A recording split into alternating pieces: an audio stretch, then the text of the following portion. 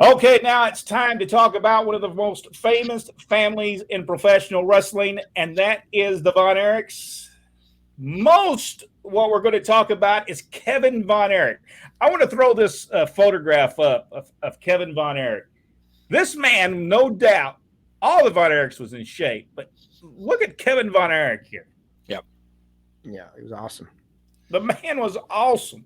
Now, Jack might not have liked him too well because Kevin Von Erich wrestled without any boots for most of his career. And Jack, there is something to say about wearing boots.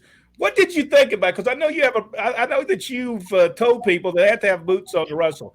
What was your thoughts on Kevin Von Erich? It's my pet peeve, and I don't apologize for it. However, that aside, Kevin Von Erich was probably one of the premier professional wrestlers of his day. I mean, he was so athletic, so agile. He was able to do things that most guys at that time frame could not do. And I think that if you took Kevin Von Erich from back then and put him in today's setting, he would still be a top star. That's how good this guy was. And I will point out that when Fritz sent him out to different territories to get experience, whether it be Missouri, Florida, or wherever, he did wear boots because the promoters there didn't put up with it. So I'll just leave it at that. Rodney, Kevin Von Erich. Yeah, he was awesome.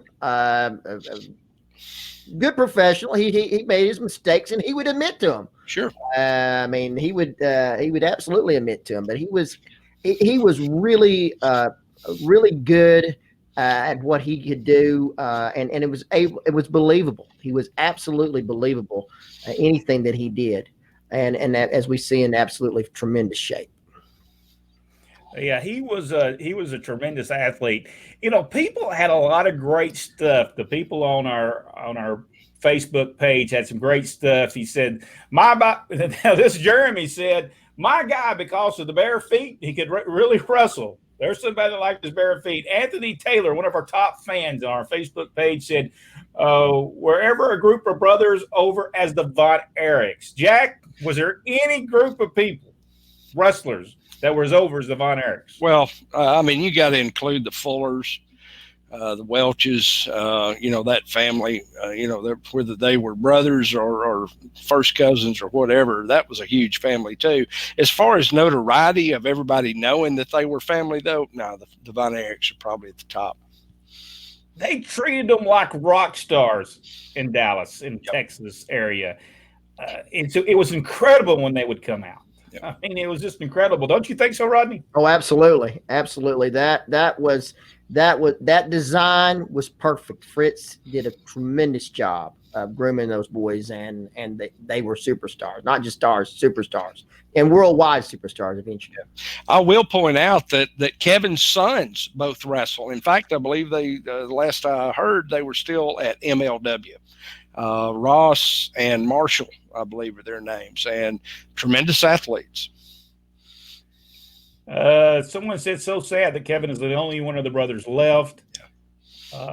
Another one of our top fans. He was great. It's a shame it didn't last. Well, it did last pretty long when you look at Kevin Von Erich and his career. He had a great career. And somebody said this, and this is probably true, that a lot of people are not going to remember the Von Erichs for what they accomplished. They're only going to remember them for the tragedies. Is that fair? Is that fair to say that people are going to remember them for the tragedies? Yeah, but at the same time, it's also saying that nobody's going to remember the Harts without remembering the tragedy of Owen. Of course, that's going to be paramount, and people are going to remember that part. But they excel, everywhere they went, every one of them, wherever they went, Japan, those that went to the WWE, or whether it was in their own territories or the other territory systems back in the day, they were at the top of their game and at the top of the cards wherever they went. So, if you're only thinking about the tragedies, which they were catastrophic, there's no doubt about that, but there's so much more to them. So much more. Their contribution to this industry should not be overshadowed by the way it all ended. And it's, David Von Erich was going to be the NWA World Heavyweight Champion. They were getting him ready to be the champion, and they always send you to Kansas City. You become the Missouri Heavyweight Champion. That was just the way they did it. Am I correct, Rodney? That's right. And he worked in Florida with Eddie Graham, and that's how you're groomed.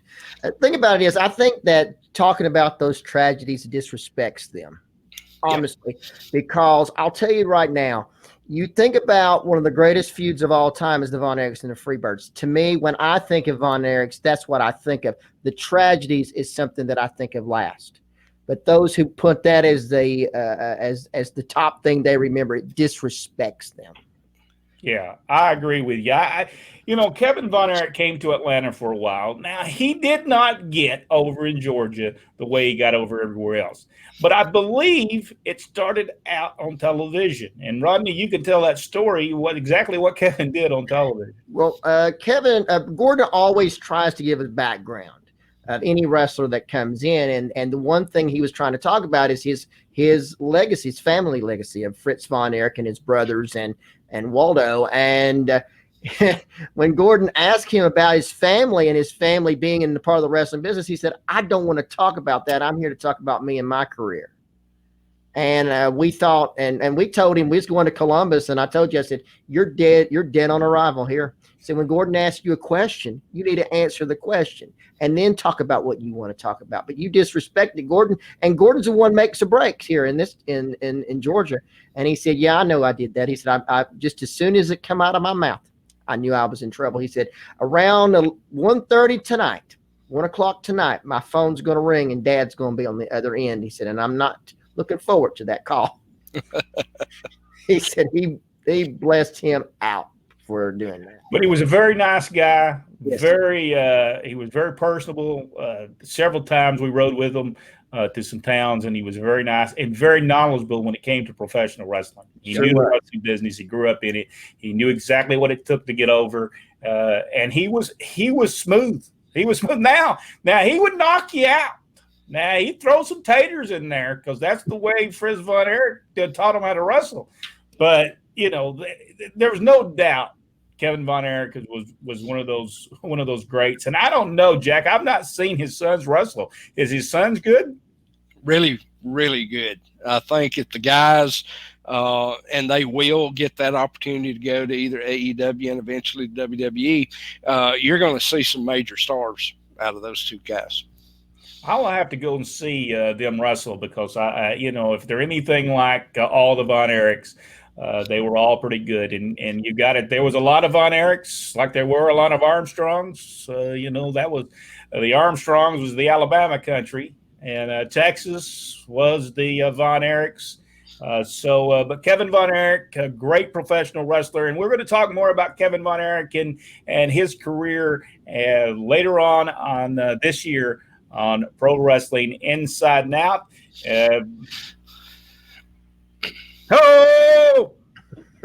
He was around there at that point, but give us a big thumbs up and subscribe to the page, and giving us those likes. This lets us know that you enjoy what we're doing and that we're doing something right, and hit that notification bell.